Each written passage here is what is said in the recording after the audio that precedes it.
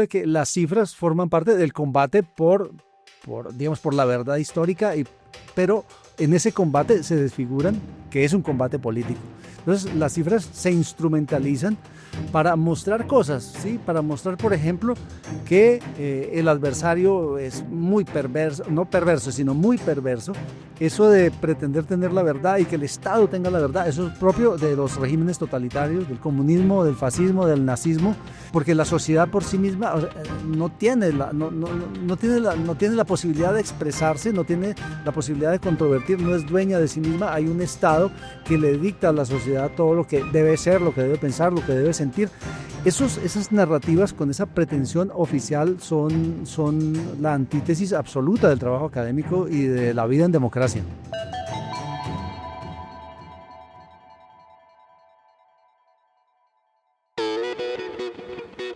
Bienvenidos a Deja Vu, el podcast donde revisamos la coyuntura política con el espejo retrovisor de 200 años de historia. Yo soy Alejandro Lloreda. Y yo soy Luis Guillermo Vélez. Y hoy, los intelectuales y la violencia. Una entrevista con el profesor Isidro Vanegas Useche. Muchos intelectuales parecen haber pasado de ver la violencia como partera de la historia a verla como bálsamo de la opresión o la exclusión. Disminuyeron los apologistas de la violencia como violencia creadora de un nuevo orden, pero eso no dio lugar a un rechazo rotundo, pues ella pasó a ser justificada como garante de unos cambios, a su juicio imprescindibles, que por la vía normal supuestamente no eran posibles. Incluso hoy, después del sometimiento de las FARC, no pocos intelectuales siguen pensando que mientras persistan determinados problemas, la violencia insurgente tiene razón de existir. Los grupos armados, pues, no dejan de ser vistos como una especie de pistola apuntando a la maldad, o como un puñal en la garganta de los presuntos opresores. Luis Guillermo, es el artículo de Isidro Vanegas, titulado El puñal en la garganta del opresor, intelectuales y violencia política en Colombia. Alejandro, tenemos hoy el honor de que nos acompañe en nuestro podcast el profesor Vanegas, profesor de la Universidad Pedagógica y Tecnológica de Colombia, la UPTC, en Tunja, y uno de los historiadores más importantes, más sobresalientes del país actualmente. Bienvenido, profesor Vanegas. Bueno, muchísimas gracias. Es un placer estar con ustedes, Luis Guillermo y Alejandro. Este es un artículo publicado recientemente en Historia Caribe, publicado en el primer semestre del año 2022. Y tiene también otra frase que me llama aquí mucho la atención en la introducción. Es una frase de Albert Camus, como dicen ustedes los que hablan francés. Toda idea falsa termina en sangre, pero se trata siempre de la sangre de los demás. Eso explica que algunos de nuestros pensadores se sientan a gusto diciendo cualquier tontería.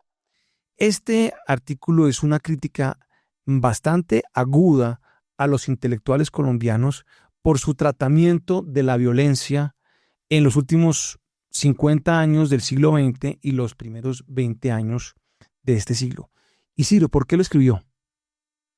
Bueno, siempre tiene uno muchas motivaciones. Pensando en la frase de Camus, yo creo que los intelectuales progresistas, que son la mayoría y que son los que ocupan el centro de la escena pública en Colombia, han sido muy sensibles ante el dolor de cierta gente, con mucha razón, pero creo que han sido insensibles al dolor, al sufrimiento de mucha otra gente.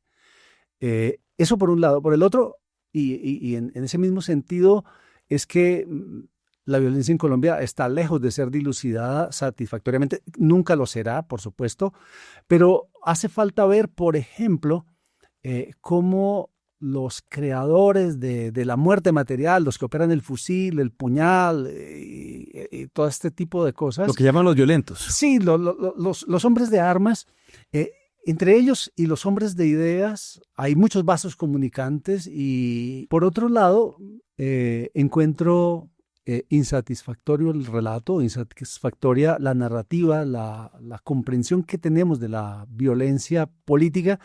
Y uno de los aspectos que a mi juicio es muy importante de estudiar, de introducir en el análisis e incluso en las políticas públicas, es ese flujo de ideas, de sentimientos, de insinuaciones que va de los hombres de letras, de los hombres de pensamiento, de los intelectuales, hacia los hombres de armas, hacia los que efectivamente disparan el fusil o lanzan el explosivo o agreden a una persona y la destierran o la extorsionan. Yo creo que hay que hacer un esfuerzo por enlazar esos dos mundos aparentemente lejanos para poder comprender de una manera más compleja, más sofisticada la violencia política en Colombia. Isidro, estudios sobre los intelectuales y sus posiciones políticas son muy comunes en otras partes del mundo. Por ejemplo, hay muchos estudios, Luis Guillermo, sobre los intelectuales franceses de la posguerra, sobre Sartre, sobre Simone de Beauvoir y sobre sus posiciones frente al comunismo de la Unión Soviética y sobre el hecho de que ellos eran absolutamente ciegos frente a los crímenes de Stalin. Eso no ha sido muy común en Colombia. ¿Por qué no se han estudiado suficientemente los intelectuales en Colombia? Bueno, quizá por una razón que es universal, y es que los intelectuales, sobre todo desde la segunda mitad del siglo XX, han pretendido que su oficio es un oficio que es objetivo, que es un oficio que los saca de la escena pública y los pone un poco por encima en términos intelectuales y morales.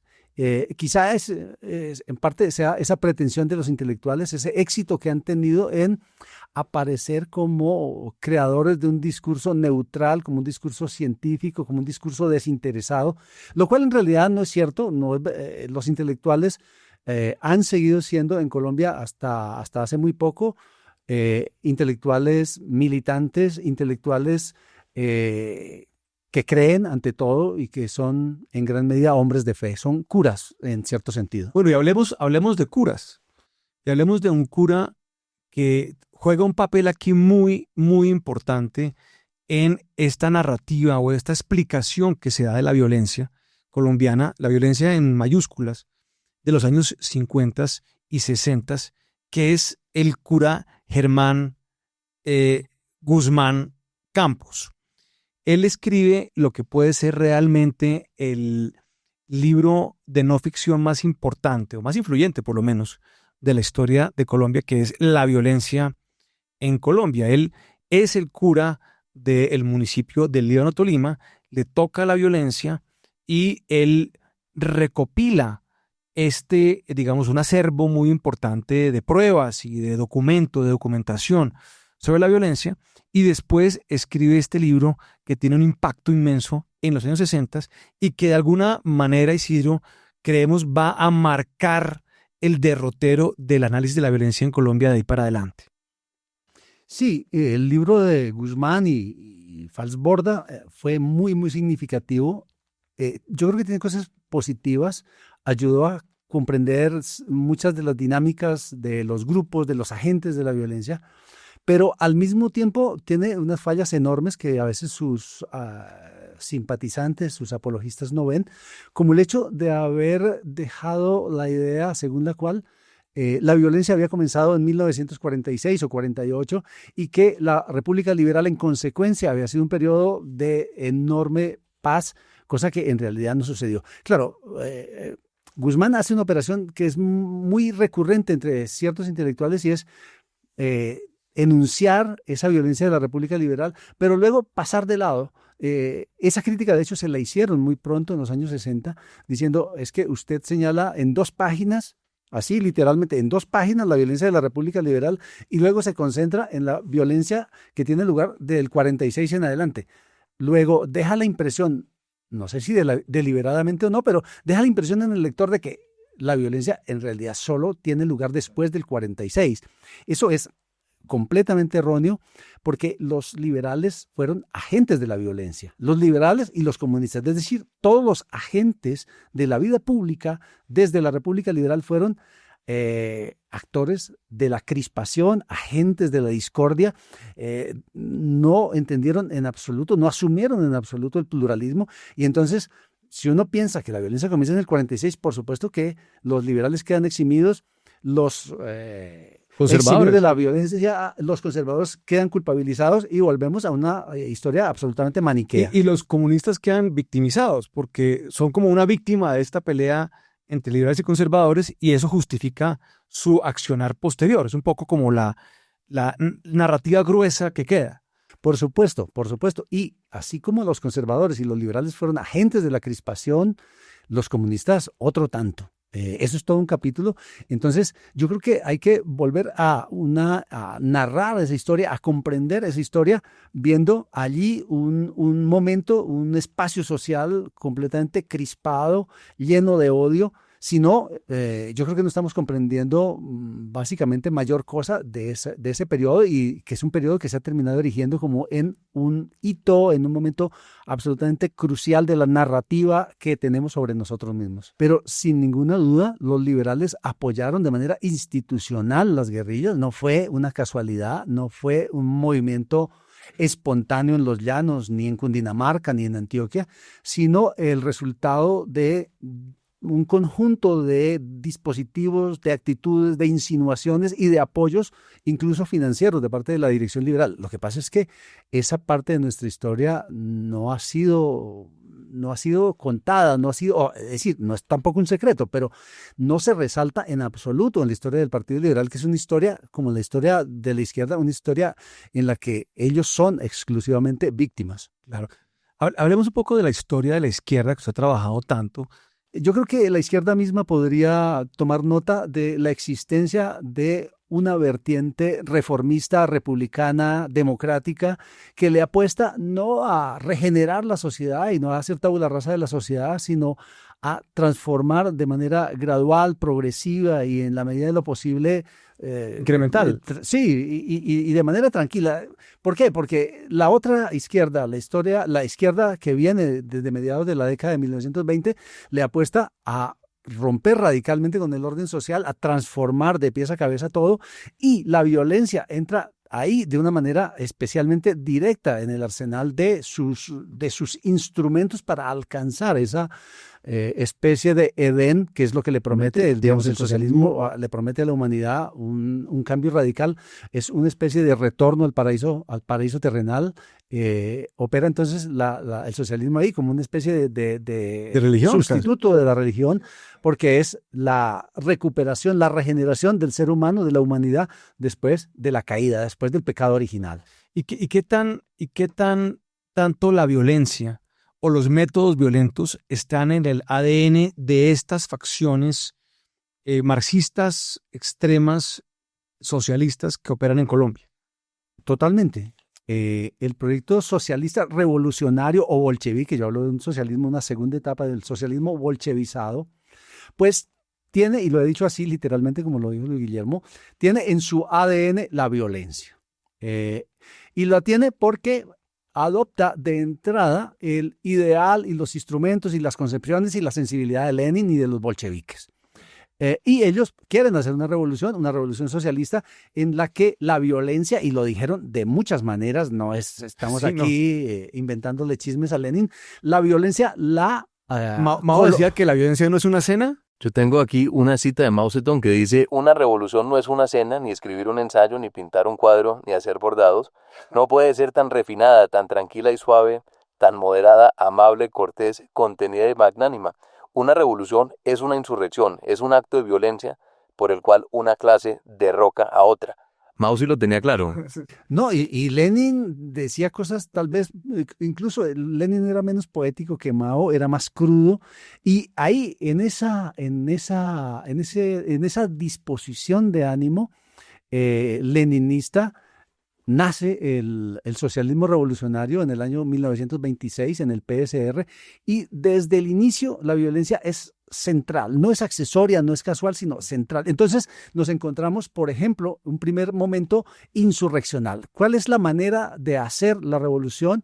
Es mediante algo similar a lo que habían hecho los bolcheviques en San Petersburgo, es una insurrección, tomarse mediante unos comandos, mediante la militarización de los trabajadores con la ayuda de los soldados, tomarse los centros neurálgicos del poder y a partir de ahí reasumir todo el poder, quitarle a los demás grupos cualquier posibilidad de existir en el espacio público y homogenizar a la sociedad. Entonces, esa etapa insurreccional es larga, lo van a intentar un par de veces en el año 1928 y 1929 y ese mucho primer éxito, modo muy puntual, digamos, esos Sí, sin ningún éxito. Precisamente ellos van a reflexionar sobre eso. Después de que el Partido Socialista Revolucionario se vuelve el Partido Comunista, el llamado de atención es que tienen que ser más eficaces con la violencia, tienen que organizar mejor la violencia. Ser mejores violentos. Claro, por supuesto, que su gente esté más dispuesta, que tengan mejores armas, mejor organización. Eso es lo que la Internacional Comunista le indica a los socialistas colombianos, y por eso transforma el Partido Socialista Revolucionario en Partido Comunista. Ahí viene otra historia, pero la idea y la violencia continúan siendo centrales. Y tenemos una segunda etapa de violencia que es la que conocemos actualmente, porque cuando nosotros pensamos en la violencia comunista pensamos solo en las guerrillas, pero realmente hay dos modelos básicos, y es el modelo insurreccional, o dos instrumentos, dos mecanismos. Uno insurreccional, digamos que es leninista, y otro de la lucha guerrillera, que es un modelo más bien maoísta, y eso se va a combinar en los años 60 y 70 en el Partido Comunista. Pero el objetivo, que sea guerrillero, o el esquema, la salida, el mecanismo, que sea insurreccional, en realidad no importa mucho, porque lo que a ellos les importa es hacer la revolución, y cualquier forma de violencia, siempre y cuando ayude a llegar a la meta de tomarse el poder, es buena.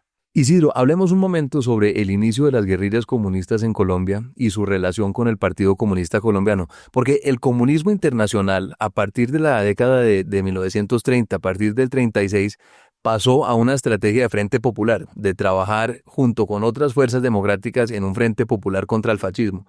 Pero después de la guerra las cosas cambian. Sí, es muy importante tomar nota de ese cambio, de un cierto apaciguamiento que se da en el caso colombiano, desde el año 35 exactamente, que el Partido Comunista comienza a ver con buenos ojos a López Pumarejo. Antes era muy, muy agresivo, y desde el 36, por orden expresa de la Internacional Comunista y de Stalin, el Partido Comunista, pero no solo el nuestro, sino todos en el mundo, pues tratan a los adversarios, sobre todo a los adversarios liberales, modernizantes, progresistas, con cierta cautela, y tratan de hacer alianzas con ellos.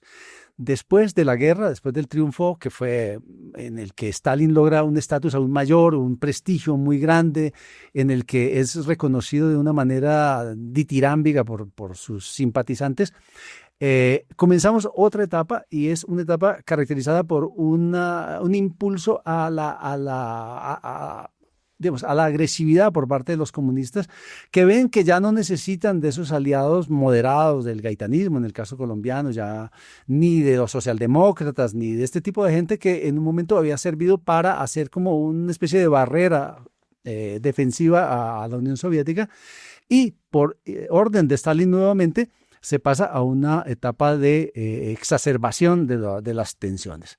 Entonces, ese elemento me parece muy importante para comprender también la exasperación que se da en el caso colombiano después del año 46, porque por supuesto los liberales no ven con buenos ojos el triunfo de Ospina, y van a tratar por muchos medios, incluso por medios inconstitucionales, de tumbar a Ospina, de bloquear a Ospina. De bloquearlo, de impedirle que gobierne, y de impedirle a Laureano Gómez después de que sea el candidato.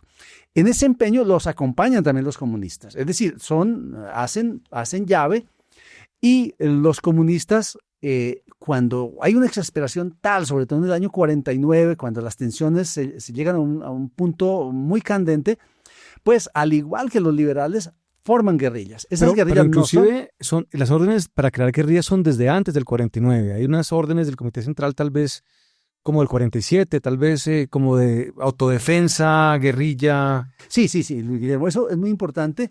Las guerrillas, cuajan a finales del año 49, pero desde antes hay una serie de iniciativas militares para ir preparando a los comunistas para tomar las armas. Bueno, lo que pasa es que los comunistas tuvieron muchas iniciativas para tratar de militarizar la escena pública colombiana. Por ejemplo, durante la República Liberal le pidieron muchísimas veces a los liberales que les dejaran armar milicias para aplastar al adversario, para aplastar a los conservadores.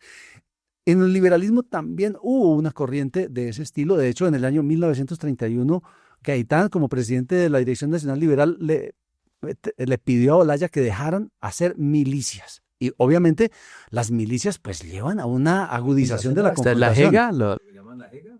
No. Antes incluso antes de que él creara la UNIR, o sea, él ya como director del partido, porque él era el hombre, digamos, central de esa Dirección Nacional Liberal que era colegiada, él le pide a la Dirección Nacional, o sea, el liberalismo oficial, que hagan milicias, que militaricen al Partido Liberal. Entonces, no es, digamos, esas iniciativas en el año 46, 47, de ir armando, de ir fomentando un ánimo belicoso, de ir organizando, en realidad siempre fueron del repertorio del Partido Comunista. El Partido Comunista, por ejemplo, en los años 30, intentó crear soviets. ¿Sí? Hubo 2 ensayos de soviet, así como se había hecho en la Unión Soviética. Bueno, los hubo en El Salvador, los hubo en Cuba. ¿Qué es un soviet? Es un grupo, una república independiente. Eso, literalmente, así de sencillo. Sí, y hay documentos que muestran eso. Entre otros, estuvo muy involucrado en uno de ellos un personaje muy importante en el Partido Comunista, que fue el poeta Luis Vidales. Entonces, el Partido Comunista nunca dejó completamente de pensar que había que construir mecanismos armados, que había que no solo recoger armas, entrenar, claro, a pequeña escala, sino que había que darle a los militantes un espíritu belicoso, querellante, que había que prepararlos anímicamente para el combate final contra los malvados, ¿sí? el repertorio de sus propios malvados. ¿Cómo va jugando esto con la violencia que empieza a darse a partir ya de segunda parte del gobierno de Ospina, que se empieza ya a empezar a gestar en el campo de una manera mucho más abierta? El Partido Comunista, como decíamos, da unas órdenes de crear unas especies como de autodefensas en las zonas donde tenía presencia en estos soviets. Tengo entendido que un soviet de estos era Liotá. ¿Y el otro cuál habrá sido? ¿Chaparral, tal vez? Bueno, en Chaparral lo hicieron ya una vez, arrancaron en el año 50, hicieron un experimento muy interesante con los liberales en un lugar que se llamaba el Davis, que es uno de los lugares míticos del Partido Comunista y del FARC, y allí trataron de organizar la vida de una manera así soviética. Y eso no funcionó muy bien. Yo no veo que la gente, pues, levantándose a las 5 de la mañana para hacer orden cerrado, ese tipo de cosas no pega mucho. Bueno, no comedores comunitarios. Es que no solo era eso, era un intento de arreglar la vida en todos los ámbitos, en el ámbito privado, afectivo, familiar, económico, cultural, en ese sentido. Eso es lo que le gustaba a Tiro Fijo. Cuando él conoció a las guerrillas comunistas, a él lo que le gustaba era eso.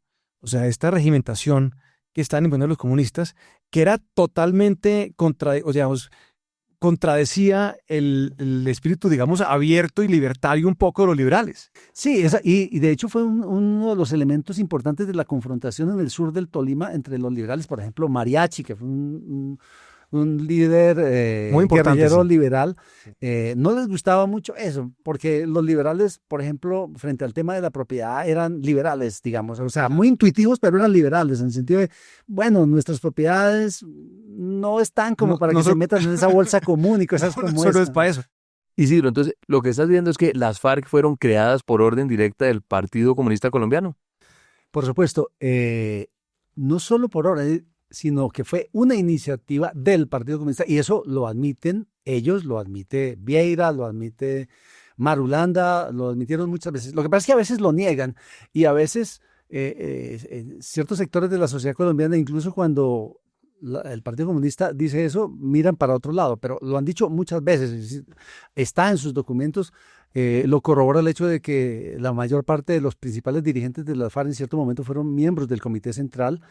Y es muy importante esto porque hay en la narrativa, digamos, predominante la idea de que las FARC surgen como la iniciativa de unos campesinos atropellados por el Estado o por los terratenientes, y en realidad fue una iniciativa del Partido Comunista en una zona que tenían una influencia muy significativa, pero en la cual los conflictos agrarios ya eran muy insignificantes, porque la República Liberal había repartido tierras allí de una manera más o menos amplia, y no fue, por lo tanto, un atropello de los terratenientes lo que haya llevado a estos campesinos a formar esos grupos guerrilleros. En realidad, los dirigentes del de estas guerrillas del sur del Tolima, de Chaparral particularmente, cuando uno se pone a ver nombre por nombre, los principales dirigentes eran militantes del Partido Comunista, líderes de movimientos sociales, e incluso algunos de ellos, como Isauro Llosa, por ejemplo, había sido concejal de Chaparral. Aparentemente es muy distinta, pero el ELN no corresponde a ninguna protesta, a ninguna movilización social, es una implantación externa completamente. Ahí se ve mucho más claro el voluntarismo que contrasta aparentemente con las FARC. Es decir, la narrativa de las FARC nos presenta a un grupo social agredido tomando la iniciativa de las armas, lo cual, como hemos dicho, pues no tiene nada que ver con la realidad. Entonces, aparentemente hay un contraste muy fuerte, pero en realidad son dos actos voluntaristas destinados a tomarse el. No son espontáneos, no hay nada de espontaneidad en ninguno de los dos casos. Para nada, para nada. Clarísimo en el ELN, un poco más turbio, más claro, difícil de aprender en el caso de las FARC. Más disfrazado, tal vez. Sí. En el caso de las FARC. Bueno, con esta aclaración tan importante, vamos a tomarnos una breve pausa. Ya volvemos a hablar del papel de los intelectuales en lo que viene ya creadas las guerrillas colombianas. Hola, acá yo de nuevo invitándole a considerar hacer una donación a La Silla Vacía. Y le quiero contar cómo hacemos los huevos. No hay una receta específica, pero usualmente nos podemos gastar entre unas 5 y 8 horas diarias, desde cuando confirmamos el tema del huevo, diseñamos el guión, las preguntas, las ediciones y la verificación de los datos. A veces hacemos huevos en simultáneo con colegas de otros medios o con personas expertas que se toman el tiempo para hablar con nosotros. Otras veces nos toca arrancar desde cero a medianoche porque algo pasó y usted no se puede quedar sin su desayuno. Hacer huevos, así como hacer los detectores, las investigaciones y toda la reportería diaria que usted ve en La Silla Vacía, cuesta. Y enfrentamos el desafío de que en 2026 nos quedaremos sin el 40% de la financiación anual que necesitamos para sostener a el primer medio de política y poder en Colombia. Por eso necesitamos de su apoyo. Para que la desinformación no defina las elecciones, considere donar hoy a La Silla Vacía. Todos los detalles están en la descripción de este episodio. Isidro, cerramos el primer segmento y estábamos a mediados de la década de los 60 y ya se habían fundado dos guerrillas comunistas que eran las FARC y el ELN. Pasemos entonces a la década de los 70. Hay otras guerrillas que comienzan también a proliferar en estos años, incluyendo el M-19, que no era exactamente una guerrilla marxista vinculada al Partido Comunista, pero muchos de sus miembros habían sido de las FARC. ¿Cuál era la relación o cuál era la posición de muchos de los intelectuales de la época frente a esta proliferación de guerrillas? Bueno, los intelectuales colombianos en general, y repito que los intelectuales que ocupan el centro de la escena pública son los intelectuales de izquierda, lo reconoce todo el mundo, tuvieron una simpatía muy rápida y muy amplia por la violencia revolucionaria. La revolución cubana, que era como el hito en ese momento, pues en la revolución cubana la violencia fue muy importante. El héroe de esa revolución era un soldado, básicamente. Pues generalizadamente. Guevara era el héroe de esa revolución. Sí. Y fue muy violento. Sí. Entonces, a los intelectuales colombianos les parecía que no había otro camino que el de las armas, el de la guerrilla, o más tarde, digamos, en otras versiones socialistas, quizá pensaban en la insurrección, pero igual se dejaron seducir mucho por la violencia. Eso lo ve uno incluso hablando de Guzmán, por ejemplo. En el año 62, Guzmán yo creo que tiene una actitud distante, tiene ciertas suspicacias o no se entrega a esa idea de la redención por medio de la violencia, pero cuando uno lo ve después, en el año del 65 en adelante, lo ve con una simpatía mucho más amplia por la guerrilla. Igual pasa Falsborda. Falsborda a finales de los años 60 ya es un hombre, un apologista de la violencia revolucionaria. En cambio, a comienzos de los años 60, Falsborda es, digamos, más bien escéptico respecto a la violencia revolucionaria. No, y ahí también que mencionar al cura Camilo, a Camilo Torres, que es el que lleva ese movimiento o esa inclinación a su extremo máximo. Y es que él realmente no solamente habla de la violencia le hace apología a la violencia, como fue el caso tal vez de Guzmán y de Valls, sino que además decide que va a tomar las armas y se va a volver guerrillero. Inclusive él tiene unos escritos que usted menciona aquí en su artículo bastante impresionantes. Sí, Camilo es muy, muy importante en esa, digamos, en esa deriva guerrillerista de la intelectualidad colombiana, no solo por lo que escribe, que no es tan significativo, digamos, para la sociología, pero sí, digamos, esa actitud, esa cosa que se veía con mucha emoción en los años 60 y 70 de el hombre que entrega su vida por esa causa de la supuesta redención de la humanidad y que decide irse al monte, dejar todas las comodidades, dejar digamos, el ámbito el mundo de las letras, de la academia, por pasar a esos pesares de la vida guerrillera. Isidro, hablemos un poco del mito fundacional de el apoyo de los intelectuales a la violencia, y es el tema de las causas objetivas. Sí. Que creo que es central en ese apoyo o en esa justificación de la violencia.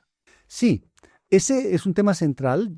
Yo diría que si hay una característica de la historiografía, de la narrativa sobre la violencia política en Colombia, es que la violencia tiene su génesis en algún desarreglo social, es decir, que es lo social en donde hay que ir a buscar el elemento explicativo central de la violencia política. Entonces, por eso pensamos que la violencia se explica porque algunos campesinos fueron expropiados o atropellados, y que esos campesinos supuestamente por propia iniciativa toman las armas. Eso en realidad no pasa en ninguna parte, es decir, lo social no se expresa automáticamente, las protestas no se generan automáticamente, sino que existe un fenómeno absolutamente central, un elemento absolutamente central de esto, y es la mediación política.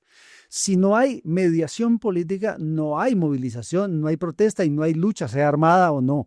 Entonces, hay que volver a introducir ese elemento de la mediación, y esto en el tema de los intelectuales es muy importante, porque los intelectuales son agentes de la lucha por la representación política. Ahí me parece que está el centro del fenómeno de la violencia política, y es que los intelectuales, junto a otro tipo de actores, los políticos, los curas y todos los hombres de palabra y de discurso y creadores de representación, intervienen para tratar de darle al pueblo forma, para tratar de forjarlo, para tratar de hacer que el pueblo soberano, el pueblo que es el principio de la soberanía, se convierta en un pueblo activo, en un pueblo concreto, en un pueblo que interviene. Y entonces en ese esfuerzo lo que se pone en lucha es la palabra. ¿Cuál es la palabra legítima? La palabra que supuestamente representa al pueblo. Y entonces los intelectuales intervienen en calidad de forjadores, de actores en esa lucha por la representación política. Y entonces sucede que en muchos casos los intelectuales le proponen al pueblo que intervenga de manera violenta. Con esto quiero decir que hay otras maneras es decir, que está bien que los intelectuales hagan esto, que intervengan en la lucha por la representación, pero no tiene que ser necesariamente con las armas, ¿sí? Y de hecho, es muy importante señalar que los sectores subalternos o plebeyos en Colombia han intervenido muchísimo.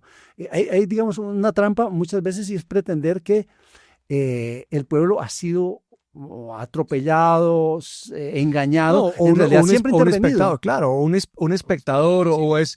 o es como una especie como de víctima eterna de unas oligarquías que lo manipulan. Yo creo que eso no es cierto. Hay trabajos muy importantes que se están haciendo ahora sobre el tema en el siglo XIX, inclusive en la colonia, sobre una población que ha sido mucho más activa y mucho más dueña de su destino de lo que esta historiografía ha dado a entender. Absolutamente. Yo insistiría sobre esa nueva historiografía. Yo, de hecho, he participado en eso, traduciendo, sobre todo. Yo he traducido 2 libros que me parecen magníficos. Uno es de James Sanders sobre la participación de la gente plebeya en el Cauca, en todo el suroccidente, y la otra, el libro de David Sowell sobre los artesanos en Bogotá, y es eso fundamentalmente, es que la gente en realidad ha participado, ha peleado, es constructora también de la democracia, con todos los defectos que tenga la democracia, pero la gente plebeya también ha participado. Si lo volvamos un poquito a la academia, porque en Colombia en la sociología se creó una subdisciplina, la llamada violentología. Cuéntenos un poquito de esto. ¿Quiénes eran los violentólogos? ¿Cuál fue su aporte al debate sobre la violencia? Bueno, pues yo creo que básicamente el núcleo de los violentólogos fue, fue tal vez, porque yo creo que es cosa del pasado del IEPRI, ¿sí? El Instituto de Estudios Políticos y Relaciones Internacionales de la Universidad Nacional participó de manera decisiva en la creación de la narrativa que tenemos, participaron en varias comisiones, han sido yo creo que los principales funcionarios, y no solo en términos de funcionarios, sino en términos de las ideas que han hecho prevalecer. Demos nombres, hablemos de nombres. Sobre todo Gonzalo Sánchez. Gonzalo Sánchez, sí. Sí, yo creo que ha sido el principal actor, el principal gestor de esa manera. Yo creo que ha hecho cosas interesantes. Sí, pero yo creo que son como los herederos, o sea, yo veo a Sánchez como heredero de Guzmán y de Valls, en esa narrativa que empieza en los años 60 y que él retoma en los 70 y los 80, se crea el IEPRI, y en el IEPRI pues ahí está Hernando Pizarro León Gómez. Eduardo Pizarro León Gómez. Hernando es el de Tacoyó. Sí, claro. Uy. Y un número también muy importante de intelectuales que son convocados, tal vez, no sé si son convocados por el gobierno de ese entonces, el gobierno de Barco, o tal vez se convocan ellos mismos y producen un libro, tal vez es en el año que habrá sido eso, 86-87, donde hacen un diagnóstico sobre la violencia y retoman el tema de las causas objetivas. Sí. Y de la violencia. Sí, yo creo que ellos han hecho cosas interesantes. Gonzalo, por ejemplo, tiene un libro interesante que es sobre los bandoleros. Y yo creo que han ayudado a diagnosticar la extensión, la diversidad de las violencias, pero yo creo que han dejado escapar en ese análisis muchas cosas. Cosas como, por ejemplo, todo el tema subjetivo, todo el tema de los actores. Ha sido una historiografía muy dependiente de esa idea de las causas objetivas, de esa idea de que la violencia nace de lo social. Y yo creo que también han contribuido, por qué no decirlo, a liberar a las guerrillas y a la violencia revolucionaria de toda la responsabilidad y de toda la complejidad que tiene en el caso nuestro colombiano. Entonces, yo creo que es saludable lo que han hecho, pero es una historiografía, es una narrativa que requiere de revisiones muy, muy significativas. Usted menciona también en el artículo que en muchos intelectuales ellos tienen una visión selectiva de la violencia, entonces se enfocan mucho en la violencia, que puede ser la violencia del Estado, la violencia de los paramilitares, que no se puede negar, pero ven de otra manera la violencia que viene de los grupos insurgentes de la izquierda. Sí, esto es muy importante porque en general la intelectualidad colombiana ha sido, digamos, bastante ciega, por qué no decirlo, ante las atrocidades del proyecto revolucionario y de la violencia revolucionaria. Es muy importante decir, por ejemplo, que solo hasta la década del 2010, y estoy hablando en general de la intelectualidad progresista, solo hasta la década del 2010, el secuestro fue rechazado de manera más o menos sistemática. Antes hubo silencio, cuando no complacencia, con el secuestro y con muchas atrocidades. Es, por ejemplo, el caso de la masacre de Tacuelló. Habría que revisar los periódicos, pero yo tengo, de la revisión que he hecho, que no es exhaustiva, he encontrado que fueron muy pocos los intelectuales que repudiaron con toda la vehemencia que se requería lo que fue la masacre de Tacuelló, donde realmente la ignominia se llevó, o sea, fue atroz, una atrocidad absoluta en nombre de ese proyecto revolucionario. Y yo no, como lo dijo Enrique Santos en su momento, eso no fue una excepción, no fue una casualidad, no fueron cuatro loquitos, sino una manera de comprender los mecanismos del cambio revolucionario que no se detienen ante ningún medio con tal de llegar a la redención de la sociedad. Es la consecuencia de eso.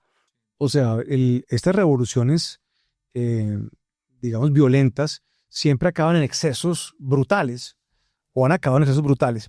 Hay un intelectual que usted menciona en su artículo sobre el puñal en la garganta del opresor, que sale bien librado de todo este periodo, que es Jorge Orlando Melo. Inclusive usted lo menciona y él dice, mire, cuando se empieza a dar el debate sobre el tema del secuestro, que es un debate donde, como usted lo acaba de notar, no era del todo claro para muchos que el secuestro estuviera mal, que eso de pronto era una cosa que podía funcionar para que los cambios sociales se dieran, para obligar a esas oligarquías míticas a que se dieran en el proceso de cambio. Y entonces, digamos que explicaban el secuestro como un error que habían cometido las guerrillas. Y Melo dice muy claramente en un artículo que publican tal vez en cercanías del año 2010, finales de la primera década del nuevo siglo, dice, esto no es un error, o sea, secuestrar civiles no es un error, esto es un crimen inaceptable, un crimen grave, y no cae en esta relativización que es tan común. Sí, el caso de Melo realmente es un poco extraño porque durante un tiempo bastante largo, digamos, repudió de manera coherente, de manera seria, juiciosa, todas estas atrocidades que estaban cometiendo los grupos guerrilleros. Y fue muy raro realmente. O sea, cuando uno busca intelectuales como Melo, realmente se encuentran dificultades porque fueron muy escasos los que como él repudiaron ese tipo de cosas, ¿sí? Isidro, usted menciona antes que la visión de muchos intelectuales es que la violencia surge, que el conflicto surge por unas causas sociales. La consecuencia de eso es que el conflicto solamente podría terminar si se resuelven esas causas sociales. Entonces, pues que la única salida del conflicto es una salida negociada que enfrente directamente las causas que dieron origen al conflicto. Esto hace que una salida obligatoriamente tenga que ser negociada. Eso es parte de lo que dice el gobierno detrás de la paz total, pues que una derrota militar de la insurgencia es imposible. Cuéntenos un poquito de eso. ¿Cuál ha sido el rol de los intelectuales en los distintos procesos de paz? Bueno, sobre ese tema igual es muy importante. Efectivamente ha habido una tendencia a pensar que el conflicto, pues que esa violencia revolucionaria, que esa disidencia armada solo puede acabarse dándole, en cierto sentido, satisfacción a esas demandas que portan o que expresan estos grupos. Es que hay un montón de equívocos ahí, y es suponer que las guerrillas son representantes legítimos de la gente. Y eso, cuando uno ve, por ejemplo, el caso de las FARC, cuando salen y se hacen contar en las elecciones, ese que se suponía que era el ejército del pueblo y que representaba al pueblo y a los oprimidos y a los plebeyos, tiene 50.000 votos. Menos, como 25.000. Entonces, ¿cómo va a representar? Y efectivamente no lo representa, pero muchos intelectuales le adjudicaban ese carácter de legítimo representante a los grupos armados, y eso es absurdo. Sí, hay en el artículo una sutileza que me parece muy interesante, y es que los intelectuales, tal vez hasta los años 80 y los 90, acaban apoyando realmente a estas insurgencias o a estas guerrillas, esperando que se tomaran el poder y que cambiaran el país. Digamos, un poco era como esta esperanza de un cambio revolucionario, estilo, qué sé yo, la Revolución Cubana, cosas de ese estilo. Y cuando se dan cuenta que eso no es del todo deseable, ha caído el muro de Berlín seguramente, también tienen ciertos reparos frente a los excesos que llaman ellos de la violencia. Entonces dan un viraje y no rechazan del todo la violencia, sino que dicen, hombre, esto hasta puede ser útil porque, bueno, de pronto no es bueno que las FARC tomen el poder, pero lo que están haciendo está bien porque van a obligar a los cambios.